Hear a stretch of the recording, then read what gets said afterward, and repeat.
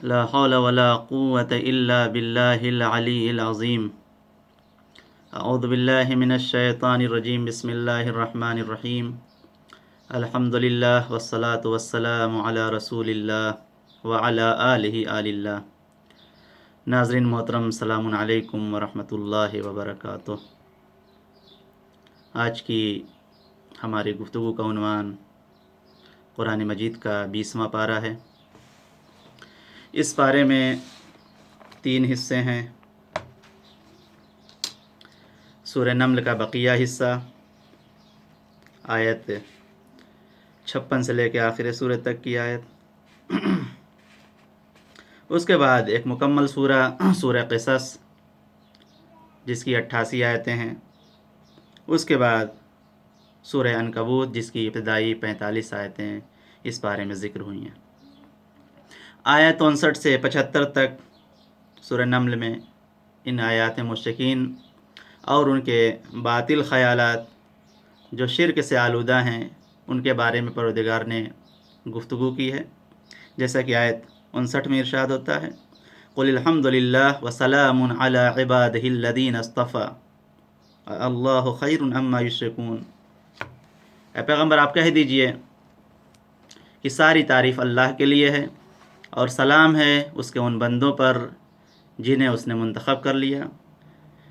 آیا خدا زیادہ بہتر ہے یا جنہیں یہ شریک بنا رہے ہیں؟ یہ ان لوگوں سے سوال کے طور پر ہے. اس کے بعد سورہ نمل کے بقیہ حصے میں توحید کے اوپر چند دلیلیں دی گئی ہیں.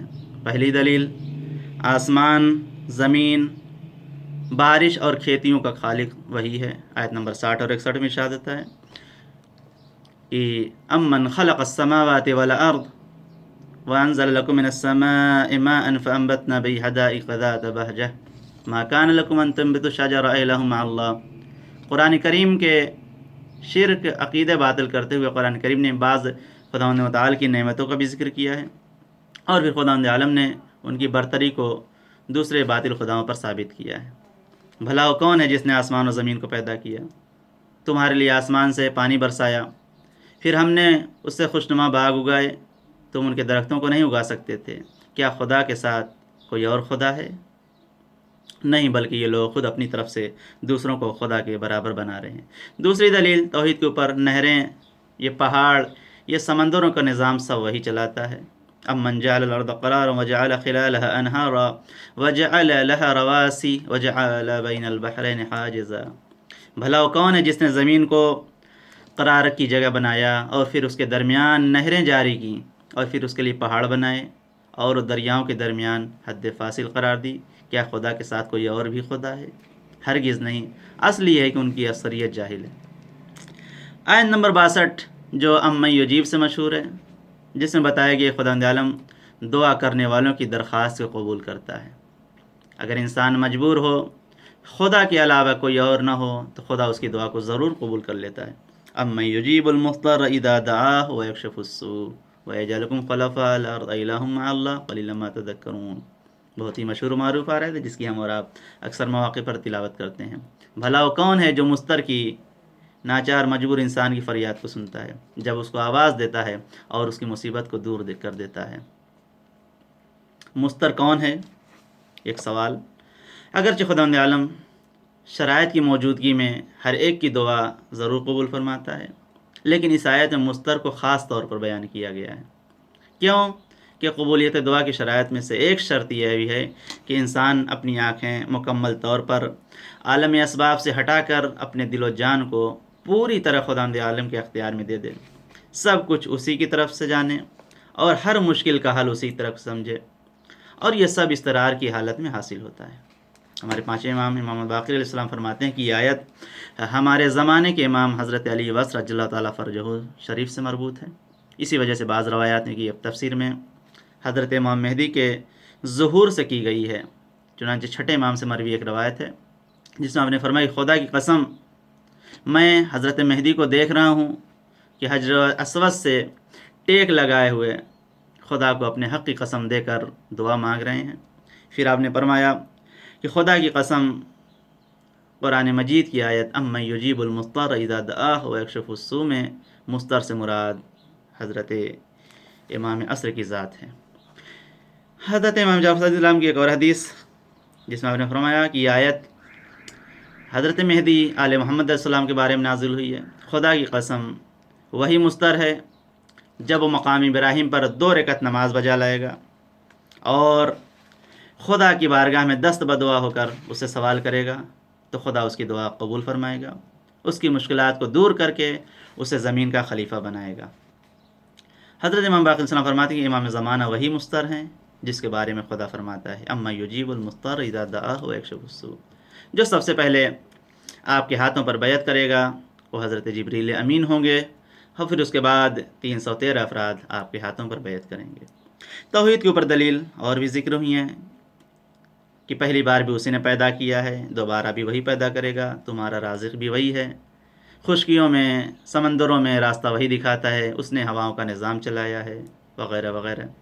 پھر اس سورہ کی آخری 3 آیات جن میں موضوع سخن رسول اکرم صلی اللہ علیہ وسلم کی ذات ہے کہ جن کو حکم دے کر اتمام حجت کیا جا رہا ہے کہ ان کے منکرین مخالفین مشرکین پر کہ رسول اللہ علیہ وسلم کو حکم دیا جا رہا ہے کہ آپ یہ لوگوں سے کہہ دیں کہ میں اپنے وظیفے کو اپنی ذمہ داری کو آزاد کرنے والا ہوں، چاہے تم ایمان لاؤ یا نہ لاؤ۔ تو اس آیت میں پیغمبر کے 2 وظیفے بیان ہو رہے ہیں، خدا واحد کی عبادت اور اس کے سامنے سر تسلیم، اور ساتھ ساتھ تلاوت قرآن جو اسلام اور تسلیم کے بعد خداوند متعال کے سامنے ایک اہم اور وظیفہ ہے، جیسا کہ ارشاد ہوتا ہے انما امرت ان اعبد، آیت نمبر 91 اور 92 میں انما امرت ان اعبد رب هذه البلدة الذي حرمها وله كل شيء وامرت ان اكون من المسلمين وان اتلو القرآن، مجھے تو صرف یہ حکم دیا گیا ہے کہ میں اس شہر کے مالک کی عبادت کروں جس نے اسے محترم بنایا اور ہر شے اسی کی ملکیت ہے، اور مجھے یہ حکم دیا گیا ہے کہ میں اطاعت گزاروں میں شامل ہو جاؤں، اور مجھے حکم دیا گیا ہے کہ میں قرآن کو پڑھ کر لوگوں پر سناؤں۔ اور پھر اس کے بعد سورہ نمل کے اختتام کے بعد سورہ قصص کا آغاز ہوتا ہے۔ یہ سورہ مکی ہے کہ جس میں 88 آیتیں ہیں، کہ جس کی ابتدائی 46 آیتیں حضرت موسیٰ علیہ السلام کی زندگی کے ولادت سے لے کر نبوت تک، اس کے بعد فرعون کے اوپر غلبہ پا جانے تک کے واقعات کی طرف اشارہ ہے۔ یا یوں کہہ لیں کہ اس سورہ میں 2 حصے ہیں، سب سے پہلے حضرت موسیٰ علیہ السلام اور فرعون کا تفصیلی واقعہ ہے، پھر حضرت موسیٰ علیہ السلام اور قارون کا قصہ بیان ہوا ہے۔ حضرت موسیٰ کی زندگی ہم انسانوں کے لیے قابل غور اور درس عبرت ہے۔ فرعون کی جو بچوں کو اس ڈر سے قتل کر رہا تھا کہ وہ بچہ پیدا نہ ہونے پائے جو آئندہ اس کا دشمن ہو جائے گا اور پھر اس کے تخت و تاج کو پلٹ دے گا، بالآخر اس کی حکومت اسی بچے کے ذریعے جو اس کے محل میں پلا بڑھا ایک دن ختم ہو جاتی ہے۔ آیت نمبر 7 میں ارشاد ہوتا ہے وَأَوْحَيْنَا إِلَىٰ أُمِّ مُوسَىٰ أَنْ أَرْضِعِيهِ فَإِذَا خِفْتِ عَلَيْهِ فَأَلْقِيهِ فِي الْيَمِّ وَلَا تَخَافِي وَلَا تَحْزَنِي إِنَّا رَادُّوهُ إِلَيْكِ وَجَاعِلُوهُ مِنَ الْمُرْسَلِينَ، اور ہم نے موسیٰ کی ماں کی طرف وحی کی کہ اپنے بچے کو دودھ پلاؤ، اور اس کے بعد جب اس کی زندگی کا خوف پیدا ہوا تو اسے دریا میں ڈال دو، خوف پیدا ہو جائے تو اسے دریا میں ڈال دو، اور بالکل ڈرو نہیں اور پریشان نہ ہو کہ ہم اسے تمہاری طرف پلٹانے والے ہیں اور اسے مرسلین میں سے قرار دینے والے ہیں۔ چونکہ خداوند عالم کا وعدہ حتمی ہے، یقینی ہے، خدا وعدہ خلافی نہیں کرتا، ان اللہ لا یخلف المیعاد، ایک دن وہ بھی آتا ہے کہ یہی بچہ فرعون کے قصر میں محل میں آتا ہے۔ خداوند متعال نے ایسا کام کیا کہ آپ کی ماں اسی قصر فرعون میں آ کر اپنے بچے کو دودھ پلانے کی ذمہ داری قبول کرتی ہیں۔ وحرمنا آیت 12 وحرمنا علیہ المراضع من قبل فقالت هل ادلکم علی اہل بیت یکفلونہ لکم وہم لہ ناصحون، اور ہم نے حضرت موسیٰ پر دودھ پلانے والیوں کا دودھ پہلے ہی سے حرام کر دیا تھا۔ تو موسیٰ کی بہن نے کہا کیا میں تمہیں ایسے گھر والوں کا پتہ بتاؤں جو اس کی کفالت کر سکیں اور پھر اس کے خیر خواہ بھی ہوں۔ اور کام یہاں تک پہنچ گیا کہ آپ کی ماں ہر روز قصر فرعون میں آ کر جہاں موسیٰ کو دودھ پلاتی تھی۔ موسیٰ قصر فرعون میں پلے بڑھے، بچپن، جوانی، نوجوانی مرحلے سے گزرے، یہاں تک کہ ایک دن شہر میں ایک مظلوم کا دفاع کرتے ہوئے ایک ظالم کو قتل کر دیا اور مجبوراً آپ کو شہر چھوڑ کر جانا پڑا اور مدین کی طرف چل دیے۔ آپ کی زندگی کا یہ حصہ بھی ہمارے لیے قابل درس ہے، جس میں سے آیت 23 میں ارشاد ہوتا ہے کہ وَلَمَّا وَرَدَ مَاءَ مَدْيَنَ وجد علیہ امۃ من الناس یسقون ووجد من دونہم امرأتین تذودان۔ اور جب مدین کے چشمے پر وارد ہوئے تو لوگوں کی ایک جماعت کو، ایک گروہ کو دیکھا کہ جو جانوروں کو پانی پلا رہی تھی، اور ان میں سے دو الگ عورتیں تھیں جو جانوروں کو روکے کھڑی تھیں۔ قال ما خطبکما، جناب موسیٰ نے پوچھا کہ تم لوگوں کا کیا مسئلہ ہے؟ قالتا لا نسقی حتی یصدر الریاح وابونا شیخ کبیر۔ دونوں لڑکیوں نے کہا کہ ہم اس وقت تک پانی نہیں پلاتے جب تک ساری قوم ہٹ نہ جائے، اور ہمارے بابا تو ایک ضعیف العمر آدمی ہیں۔ اس آیت سے جو ایک درس ہم اور آپ کو ملتا ہے وہ یہ کہ قرآنی زندگی کی روش میں قرآنی اعتبار سے مردوں کے کام عورتوں کو نہیں دینے چاہیے، نہیں کرنا چاہیے، اور ان کو ایسے کام کی تشویق نہیں کرنا چاہیے، ہدایت نہیں کرنا ہی چاہیے جو مردوں کا کام ہے، جو سنگین کام ہے جسے عورت نہیں برداشت کر سکتی۔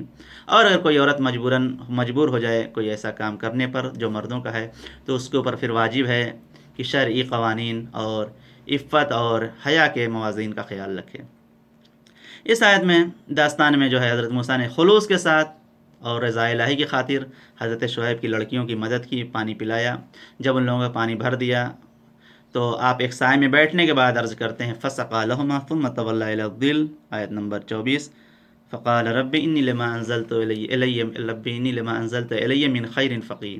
موسیٰ نے دونوں کے جانوروں کو پانی پلا دیا اور پھر ایک سائے میں آ کر بیٹھ گئے، پناہ لی عرض کی پروردگار میں اس خیر کا محتاج ہوں جو تو میری طرف بھیج دے۔ یقیناً حضرت موسیٰ علیہ السلام صرف اپنی احتیاج، ضرورت اور نیاز کو عرض کرتے ہیں اور باقی امور کو الطاف خداوندی پر چھوڑ دیتے ہیں، اور خداوند عالم بھی نیک کام کرنے والوں کے اجر کو ضائع نہیں کرتا، برباد نہیں کرتا۔ ان اللہ لا یضیع اجر المحسنین۔ ان دو لڑکیوں میں سے ایک لڑکی حضرت موسیٰ علیہ السلام کے پاس آئی اور کہا بابا نے آپ کو بلایا ہے تاکہ آپ کو آپ کے کام کی اجرت دے دی جائے، جس کو قرآن الفاظ میں نقل کیا فجاءت احداهما تمشي على استحياء قالت ان ابی یدعوک لیجزیک اجر ما سقیت لنا۔ اتنے میں دونوں میں سے ایک لڑکی کمال شرم حیا کے ساتھ چلتی ہوئی آئی اور اس نے کہا کہ میرے بابا آپ کو بلا رہے ہیں آپ کے پانی پلانے کی اجرت دینے۔ چنانچہ حضرت موسیٰ اس جگہ سے اٹھے اور حضرت شعیب علیہ السلام کے مکان کی طرف روانہ ہوئے۔ بعض روایتوں کے مطابق وہ لڑکی رہنمائی کے لیے، راستہ دکھانے کے لیے حضرت موسیٰ سے آگے آگے چل رہی تھی اور حضرت موسیٰ اس کے پیچھے چل رہے تھے۔ اس وقت تیز ہوا سے اس لڑکی کا لباس اڑ رہا تھا اور ممکن تھا کہ ہوا کی تیزی لباس کو اس کے جسم سے اٹھا دے۔ حضرت موسیٰ علیہ السلام کی پاکیزہ طبیعت اس منظر کو دیکھنے کی اجازت نہیں دیتی تھی، اس لیے انہوں نے لڑکی سے کہا کہ میں آگے آگے چلتا ہوں، تم کسی دوراہے یا چند راہے پر مجھے راستہ بتا دینا۔ چنانچہ حضرت موسیٰ علیہ السلام حضرت شعیب کے گھر اس طرح پہنچ گئے، اور جب پوری داستان پہنچنے کے بعد پوری داستان حضرت شعیب کو سنائی تو حضرت شعیب نے کہا مت ڈرو، تمہیں ظالموں کے گروہ سے نجات مل گئی ہے۔ فلما جاءہ، آیت 25 میں ارشاد ہے فلما جاءہ وقص علیہ القصص قال لا تخف نجوت من القوم الظالمین۔ پھر موسیٰ ان کے پاس آئے، اپنا قصہ بیان کیا تو انہوں نے کہا کہ ڈرو نہیں، اب تم ظالم قوم سے نجات پا گئے۔ حضرت موسیٰ علیہ السلام کی داستان آگے بڑھتی رہی یہاں تک کہ فرعون جو ایک ظالم جابر بادشاہ تھا اس کو راہ خدا کی طرف دعوت دیتے ہیں، لیکن وہ آپ کی باتوں کو نہیں مانتا، قبول نہیں کرتا، یہاں تک کہ حضرت موسیٰ علیہ السلام کا مقابلہ کرنے کے لیے تیار ہو گیا اور اس نے چاہا کہ حضرت موسیٰ علیہ السلام کو شکست دیں، لہٰذا اس نے اپنے وزیر حامان سے کہا۔ آیت نمبر 38 میں ارشاد ہے قال فرعون یا ایھا الملأ ما علمت لکم من الہ غیری فاوقد لی یا حامان علی الطین فاجعل لی صرحا لعلی اطلع الی موسیٰ وانی لاظنہ من الکاذبین۔ فرعون نے کہا کہ میرے زعماء مملکت، میرے علم میں تمہارے لیے میرے علاوہ کوئی خدا نہیں ہے، لہٰذا حامان تم میرے لیے مٹی کا ایک پجاوا بناؤ، مٹی کا محکم، اور پھر اس پر ایک قلعہ تیار کرو، میں اس پر چڑھ کر موسیٰ کے خدا کی خبر لے آؤں، اور میرا خیال تو یہ ہے ہی کہ موسیٰ جھوٹے ہیں۔ روایتوں میں ملتا ہے کہ یہ عمارت جس قدر بلند ہوتی تھی لوگ اتنے ہی زیادہ اسے دیکھنے کے لیے آتے تھے اور منتظر تھے کہ دیکھیں فرعون یہ عمارت بنا کر کیا کرتا ہے۔ یہ عمارت اتنی بلند ہو گئی تھی کہ اس سے دور دور تک اطراف کا میدان نظر آنے لگا۔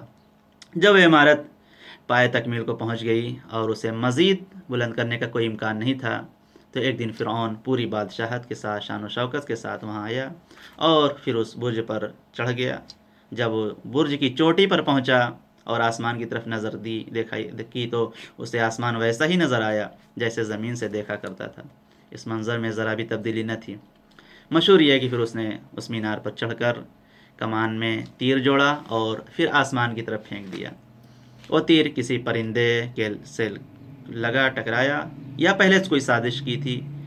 تیر خون آلود واپس آیا آسمان کی جانب سے۔ تب فرعون وہاں سے نیچے اترا اور پھر لوگوں سے کہا کہ جاؤ، مطمئن رہو اور کسی قسم کی فکر نہ کرو، میں نے حضرت موسیٰ کے خدا کو مار ڈالا ہے۔ یہ بات حتمی طور پر کہی جا سکتی ہے کہ سادہ لوحوں اور اندھی تقلید کرنے والوں کے ایک گروہ نے اور ان لوگوں نے کہ جن کی آنکھیں اور کان حکومت وقت کے پروپیگنڈے سے بند کی ہو گئے تھے، فرعون کی اس بات کا یقین کر لیا ہوگا اور ہر جگہ اس خبر کو عام کیا ہوگا، اور مصر کی رعایا کو غافل رکھنے کا ایک سبب اور پیدا ہو گیا ہوگا۔ مفسرین نے یہ بھی لکھا ہے کہ یہ عمارت جو اس نے بنائی تھی دیر تک قائم نہیں رہی اور اسے رہنا بھی نہ چاہیے تھا، آخر کار تباہ و برباد ہو گئی، بہت سے لوگ اس کے نیچے دب کر مر گئے۔ آخر کار فرعون اور اس کے طرفداروں کے دنیا اور آخرت میں ہلاکت کے علاوہ کچھ ہاتھ نہیں آیا۔ آیت نمبر 40 اور 41 اسی سورہ قصص میں ارشاد ہوتا ہے فَأَخَذْنَاهُ وَجُنُودَهُ فَنَبَذْنَاهُمْ فِي الْيَمِّ فَانظُرْ كَيْفَ كَانَ عَاقِبَةُ الظَّالِمِينَ۔ ہم نے فرعون کو اور اس کی لشکروں کو اپنی گرفت میں لے لیا اور سب کو دریا میں ڈال دیا، دیکھو ظالمین کا انجام کیسا ہوتا ہے۔ آیت نمبر 41 وَجَعَلْنَاهُمْ أَئِمَّةً يَدْعُونَ إِلَى النَّارِ وَيَوْمَ الْقِيَامَةِ لَا يُنصَرُونَ۔ ہم نے ان لوگوں کو جہنم کی طرف دعوت دینے والا پیشوا قرار دے دیا اور قیامت کے دن ان کی کوئی مدد نہیں کی جائے گی۔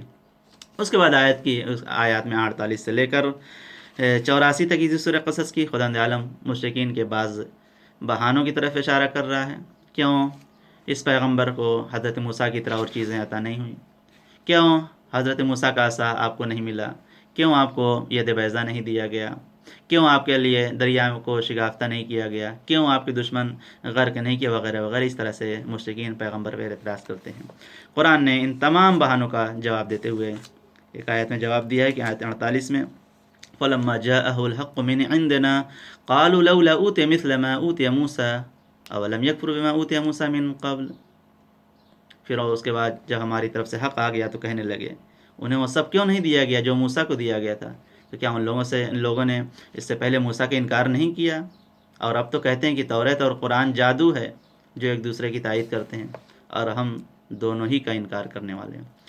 پھر آیت 57 میں مشرکین کا ایک بہانہ ایمان لانے کا اس کو ذکر کیا۔ وہ کہتے ہیں کہ اگر ہم ایمان نہ لائیں گے تو محفوظ نہیں رہیں گے، اگر ایمان ہم لے آئے تو ہم پر عذاب آ جائے گا، ہماری امنیت ختم ہو جائے گی۔ خداوند تعالیٰ نے ان کو جواب دیا کہ فقط امنیت اور انسان کا سکون، اس کو عیش و آرائش فقط ایمان اور عمل صالح کے نتیجے میں۔ وقالوا ان نتبع الہدی، آیت نمبر 57 وقالوا ان نتبع الہدی معک نتخطف من ارضنا اولم نمکن لهم حرما آمنا یجبی الیہ ثمرات کل شیء رزقا من لدنا۔ اور کفار یہ کہتے ہیں کہ ہم آپ کے ساتھ حق کی پیروی کریں گے تو اپنی زمین سے اچک لیے جائیں گے، تو کیا ہم نے انہیں ایک محفوظ حرم پر قبضہ نہیں دیا ہے جس کی طرف ہر شے کے پھل ہماری دی ہوئی روزی کی بنا پر چلے آ رہے ہیں، لیکن اس کی اکثریت سمجھتی ہی نہیں ہے۔ آیت نمبر 60 میں ایک اور بہانے کا جواب ہے جو یہ کہتے ہیں کہ اگر ایمان لائیں گے تو یہ عرب ہمارے اوپر حملہ کر دیں گے اور ہماری زندگی تباہ و برباد ہو کر رہ جائے گی۔ ان کا جواب دیا گیا ہے آیت نمبر 60 وما اوتیتم من شیء فمتاع الحیاۃ الدنیا وزینتها وما عند اللہ خیر وابقی افلا تعقلون۔ اور جو کچھ بھی تمہیں عطا کیا گیا ہے یہ چند روزہ لذت دنیا اور زینت دنیا ہے، اور جو کچھ بھی خدا کی بارگاہ میں ہے وہ خیر اور باقی رہنے والا ہے۔ کیا تم اتنا بھی نہیں سمجھتے؟ آپ کو معلوم ہے کہ حضرت موسیٰ علیہ السلام نے اپنی پوری زندگی میں 3 متجاوز ظالم طاقتوں کے خلاف جہاد کیا۔ ایک فرعون تھا کہ جو حکومت اور اقتدار کا مظہر تھا، دوسرا قارون تھا کہ جو ثروت اور دولت کا مظہر تھا، اور تیسرا سامری تھا کہ جو مکر اور فریب کا مظہر تھا۔ اگرچہ حضرت موسیٰ کا سب سے بڑا معرکہ حکومت کے خلاف تھا، لیکن دوسرے معرکے ابھی اہم تھے جو عظیم ترین نکات کے حامل ہیں۔ آیت نمبر 76 سے 84 تک قارون کے عبرت آمیز واقعے کو ذکر کیا پروردگار نے۔ مشہور ہے کہ قارون حضرت موسیٰ علیہ السلام کا قریبی رشتہ دار تھا، چچا تھا یا چچا زاد یا خالہ زاد۔ اس نے تورات کا خوب مطالعہ کیا تھا، پہلے وہ مومنین کی صف میں تھا، لیکن دولت کا گھمنڈ اسے کفر کی آغوش میں لے گیا اور اسے زمین میں غرق کر دیا۔ اس غرور نے اسے پیغمبر خدا کے خلاف جنگ پر آمادہ کیا اور پھر اس کی موت سب کے لیے باعث عبرت بن گئی۔ آیت نمبر 76 میں ارشاد ہوتا ہے سورہ قصص کی ان قارون کان من قوم موسیٰ فبغى علیہم وآتیناہ من الکنوز ما ان مفاتحہ لتنوء بالصبح۔ بے شک قارون موسیٰ کی قوم میں سے تھا، مگر اس نے قوم پر ظلم کیا، اور ہم نے بھی اسے اتنے خزانے دے دیے تھے کہ ایک طاقت اور جماعت بھی اس کی کنجیاں چابیاں نہیں اٹھا سکتی تھی۔ قارون کا مال و دولت پر غرور اور تکبر ہی سبب بنا کہ اس کو نصیحت کی گئی، جیسا کہ آیت میں ہے کہ قوم نے قارون کو نصیحت کی، اذ قال له قوم لا تفرح ان اللہ لا يحب الفرحین، جب اس سے قوم نے کہا کہ تم اس قدر نہ اتراؤ، نہ اکڑو، خدا اکڑنے والوں کو دوست نہیں رکھتا، اترانے والوں کو دوست نہیں رکھتا۔ وابتغ فیما آتاک اللہ الدار الآخرہ ولا تنس نصیبک من الدنیا، اس کے بعد ارشاد ہوتا ہے اور جو کچھ اس نے دیا ہے، خدا نے دیا ہے، اس سے آخرت کے گھر کا انتظام کرو اور دنیا میں اپنا حصہ بھول جاؤ اور نیکی کرو جس طرح خدا نے تمہارے ساتھ نیک برتاؤ کیا ہے۔ اور اس کے بعد ارشاد زمین میں فساد نہ کرو، اللہ فساد کرنے والوں کو دوست نہیں رکھتا۔ لیکن قارون نے لوگوں کو جواب دیا، جو کچھ میرے پاس مال اور دولت ہے، جو کچھ ثروت ہے، اس میں خدا کا کوئی کمال نہیں ہے، میں نے اس ساری دولتوں کو اپنی محنت سے کمایا ہے۔ قال انما اوتیت علی علم عندی اولم یعلم ان اللہ قد اہلک من قبلہ من القرون من اشد منہ قوۃ۔ قارون نے کہا کہ مجھے یہ سب کچھ میرے علم کی بنیاد پر دیا گیا ہے، تو کیا اسے معلوم نہیں ہے کہ اللہ نے اس سے پہلے بہت ہی نسلوں کو ہلاک کر دیا ہے جو اس سے زیادہ طاقتور اور مال کے اعتبار سے دولت مند تھیں، اور ایسے مجرموں سے تو ان کے گناہوں کے بارے میں سوال بھی نہیں کیا جاتا ہے۔ آخرکار یہ شخص کہ جو اپنے مال و دولت سے راضی خوش تھا لیکن خدا سے بے خبر تھا، اسے زمین نے حکم خدا سے اپنے منہ میں لے لیا اور اس کو کھا لیا اور اپنی دنیا کی سزا کو پہنچ گئی۔ ارشاد آیت 81 میں فخسفنا به وبدار الارض فما كان له من فئة ينصرونه من دون الله وما كان من المنتصرین، اور پھر ہم نے اسے اور اس کے گھر بار سب کو زمین میں دھنسا دیا، اور نہ کوئی گروہ خدا کے علاوہ بچانے والا پیدا ہوا اور نہ خود اپنا بچاؤ کرنے والا تھا۔ آیت نمبر 83 میں اس کے آخری حصے میں ارشاد ہو رہا ہے، ایک حقیقت کی خبر دی جا رہی انسانوں کو کہ امنیت، آسائش، زندگی کا سکون و آرام اور آخرت میں آرام صرف متواضع افراد کے لیے ہے، متکبرین کے لیے نہیں۔ تلک الدار الآخرۃ نجعلها للذین لا یریدون علوا فی الارض ولا فسادا والعاقبۃ للمتقین۔ یا وہ آخرت ہے، دار آخرت وہ ہے کہ جسے ہم نے لوگوں کے لیے قرار دیا ہے جو زمین میں بلندی اور فساد کے طلبگار نہیں ہوتے، اور عاقبت صرف صاحبان تقویٰ کے لیے ہے۔ انسان کے لیے جو چیزیں نعمات آخرت سے محرومی کا سبب بنتی ہیں وہ در حقیقت یہی دو چیزیں ہیں، ایک بڑا بننے کی طلب، اپنے آپ کو بڑا سمجھنا اور کوشش کرنا، دوسرے زمین میں فساد برپا کرنا، اور تمام گناہ ان دو ہی چیزوں میں جمع ہیں۔ اور قارون کی جو ہلاکت، بربادی، تباہی کا سبب بنی وہ اس کا تکبر، اس کا غرور اور اس کی برتری کی ہوس تھی جو اسے لے ڈوبو گئی۔ حفص بن غیاث ایک صحابی ہیں چھٹے امام کے، وہ اس فرماتے ہیں کہ جب حضرت امام جعفر صادق علیہ السلام نے اس آیت نمبر 83 کی سورہ قصص کی تلاوت فرمائی تو گریاش کرنا شروع کر دیا اور فرمایا ذهبت واللہ الامانی عند هذه الآیہ ثم قال فاز واللہ الابرار۔ خدا کی قسم اس آیت کے نازل ہونے کے بعد آرزویں اور خواہشات سب ختم ہو گئیں۔ اس کے بعد فرمایا قسم بخدا نیک افراد کامیاب ہیں۔ ہمارے پہلے امام حضرت امام امیر المومنین علی بن ابی طالب علیہ السلام ارشاد فرماتے ہیں ان الرجل لا يعجب ان يكون شراك نعلہ اجود من شراك نعل صاحبہ فيدخل تحتها۔ کبھی ایسا ہوتا ہے کہ انسان کو اس بات سے خوشی حاصل ہوتی ہے، سرور محسوس ہوتا ہے کہ اس کی جوتی کے بند اس کے دوست کے بند سے بہتر ہیں، تو وہ شخص بھی اس جذبہ اور برتری کی وجہ سے اس آیت کے مفہوم میں داخل ہو جاتا ہے۔ اس کے بعد سورہ عنکبوت کا آغاز ہوتا ہے سورہ قصص کے بعد، جس میں 69 آیتیں ہیں توحید، اور اس میں چند باتیں پروردگار نے ذکر کی ہیں۔ تو سب سے پہلے توحید کو ذکر کیا ہے، اور پھر رسالت یعنی ہر آزمائش اللہ کی جانب سے ہے، اور اس ضمن میں چند انبیاء کے کرام کی تذکرہ، قیامت کا تذکرہ۔ پہلی آیت میں انسانی زندگی کے اہم مسئلے کی طرف اشارہ ہے اور امتحانات اور آزمائشیں کہ جن کے مختلف مراحل سے انسان گزرتا ہے۔ اس کے بعد اس کی حقیقت کا بھی ذکر کیا ہے کہ یہ ایک امتحان ایک قانون ہے اور سنت پروردگار ہے جو پہلے بھی تھا، اور صرف تم مسلمانوں سے مخصوص نہیں ہے بلکہ تم سے پہلے والی امتوں کا بھی امتحان لیا گیا ہے۔ آیت نمبر 3، وَلَقَدْ فَتَنَّا الَّذِينَ مِن قَبْلِهِمْ، بے شک ہم نے اس سے پہلے والوں کا بھی امتحان لیا ہے۔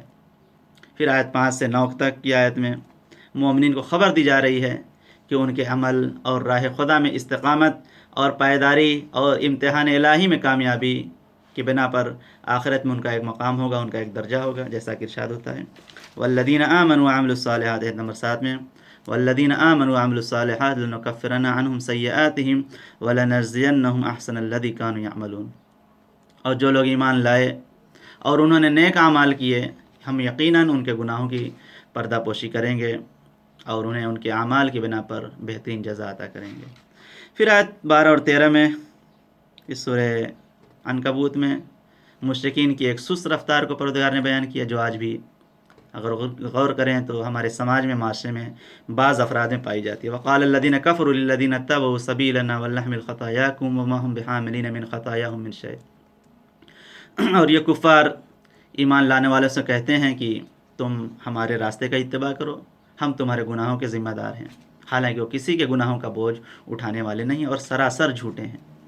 ہم آج بھی بہت سے بداندیش، وسوسہ کرنے والے، بہکانے والے افراد کو دیکھتے ہیں کہ جب وہ کسی کو برے کام پر آمادہ کرتے ہیں، تیار کرتے ہیں، تو کہتے ہیں کہ اگر اس کام میں کوئی گناہ ہے تو ہماری گردن پر، حالانکہ ہم جانتے ہیں کہ کوئی آدمی بھی کسی دوسرے شخص کا گناہ اپنے ذمے نہیں لے سکتا، اپنے کندھے پر نہیں لے سکتا، اور یہ بات ہرگز معقول بھی نہیں ہے کیونکہ خداوند عالم عادل ہے، وہ کسی کو بھی دوسرے آدمی کے جرم میں سزا نہیں دے گا۔ اس کے علاوہ ان بے اساس اور بے بنیاد باتوں سے کوئی آدمی بھی اعمال کی ذمہ داری سے بری نہیں ہو پائے گا۔ اسی کے ساتھ بعض کوتا فکر افراد یہ خیال کرتے ہیں کہ ان کی رائے کے برخلاف اس قسم کی بے سر و پا باتیں انسان کے گناہوں کی سزا میں سوئی کے نوک کی برابر بھی کمی نہیں کر سکتی۔ اس لیے کسی عدالت میں بھی اگر جج کے سامنے کوئی ایسی بات کہے کہ فلاں آدمی کا گناہ میں اپنے ذمے لیتا ہوں، تو اس کی بات قبول نہیں کی جائے گی۔ یہ درست ہے کہ گناہ پر آمادہ کرنے والا، تیار کرنے والا شخص بھی گناہ کے جرم میں شریک ہے، مگر یہ شرکت اس گناہ کی ذمہ داری کو کسی طرح کم نہیں کر سکتی۔ اس کے بعد کی آیت میں، آیت 14 سے لے کے 40 تک کی آیت میں مختلف انبیاء کا تذکرہ ہے اور ان کی قوموں کے امتحان کو ذکر کیا ہے۔ سب سے پہلی قوم جس کا تذکرہ ہے وہ ہے قوم حضرت نوح علیہ السلام، جس نے قوم نے 950 سال تک حضرت نوح کی ہدایت کا، رہنمائی کا مشاہدہ کیا۔ آخرکار جو لوگ ایمان لائے اپنے نبی پر وہ کامیاب ہو گئے، جو نہیں لائے عذاب الہی میں گرفتار ہو گئے۔ حضرت نوح کے بعد حضرت ابراہیم کی قوم کا تذکرہ ہے، آیت نمبر 16 سے 27 تک کی آیت میں اسی سورہ عنکبوت کی۔ پھر اس کے بعد حضرت لوط کی قوم کا ذکر ہے، آیت نمبر 28 سے 35 تک کی آیتوں میں۔ پھر اس کے بعد چوتھی قوم جس کا تذکرہ اس سورہ میں ہے، قوم حضرت شعیب ہے، آیت نمبر 36 میں ارشاد ہوتا ہے وَإِلَىٰ مَدْيَنَ أَخَاهُمْ شُعَيْبًا فَقَالَ يَا قَوْمِ اعْبُدُوا اللَّهَ وَارْجُوا الْيَوْمَ الْآخِرَ وَلَا تَعْثَوْا فِي الْأَرْضِ مُفْسِدِينَ۔ آیت نمبر 38 قوم عاد اور ثمود کے بارے میں ہے، وَعَادًا وَثَمُودَ وَقَدْ تَبَيَّنَ لَكُم مِّن مَّسَاكِنِهِمْ۔ اور پھر آیت 40 میں سارے انبیاء یہ داستان کو بیان کرنے کے بعد، ان سے نتیجہ لیتے ہوئے سارے قوموں کے داستان کو بیان کرنے کے بعد ان کے مقصد کو بیان کیا پروردگار نے، فَكُلًّا أَخَذْنَا بِذَنبِهِ فَمِنْهُم مَّنْ أَرْسَلْنَا عَلَيْهِ حَاصِبًا وَمِنْهُم مَّنْ أَخَذَتْهُ الصَّيْحَةُ وَمِنْهُم مَّنْ خَسَفْنَا بِهِ الْأَرْضَ وَمِنْهُم مَّنْ أَغْرَقْنَا۔ پھر ہم نے ہر ایک کو اس کے گناہ میں گرفتار کر لیا، کسی پر آسمان سے پتھروں کی بارش کر دی، کسی کو ایک آسمانی چیخ نے پکڑ لیا اور کسی کو زمین میں دھنسا دیا، اور پھر کسی کو پانی میں غرق کر دیا، اور اللہ کسی پر ظلم کرنے والا نہیں ہے بلکہ لوگ خود اپنے نفس پر ظلم کرتے ہیں۔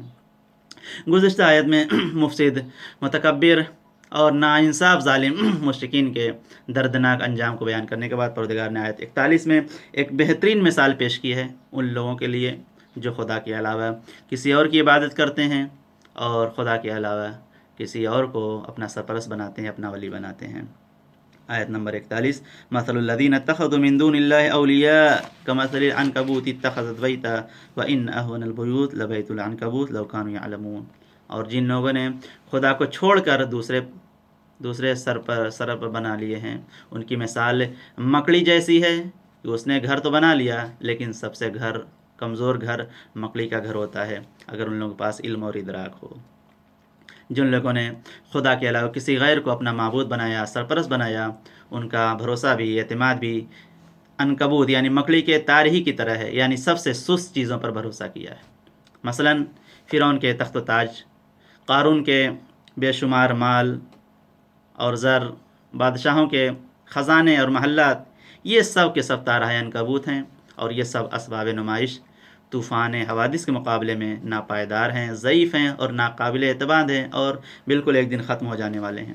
تاریخ انقلابات اور اس کی تحریکیں ہمیں یہ سبق سکھاتی ہیں کہ در حقیقت انسان میں ان میں سے کسی بھی دنیا کی چیزوں پر بھروسہ نہیں کر سکتا، لیکن جن لوگوں نے ایمان پر، خداوند متعال پر بھروسہ اور توکل کیا اور اس کو اپنی پناہ گاہ بنایا، حقیقت میں ان کا تکیہ مضبوط دیوار کے مانند ہے۔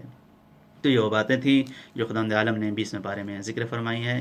آخر میں خداوند عالم سے یہی دعا ہے کہ ہم سب کو آنے والے ماہ مبارک کے دنوں اور راتوں میں خلوص نیت کے ساتھ اعمال صالحہ بجا لانے کی توفیق عنایت فرمائے، اور تعلیمات آل محمد پر، تعلیمات قرآن پر زیادہ سے زیادہ عمل کرنے کی توفیق عنایت فرمائے۔ وآخر دعوانا ان الحمد للہ رب العالمین، والسلام علیکم ورحمۃ اللہ وبرکاتہ۔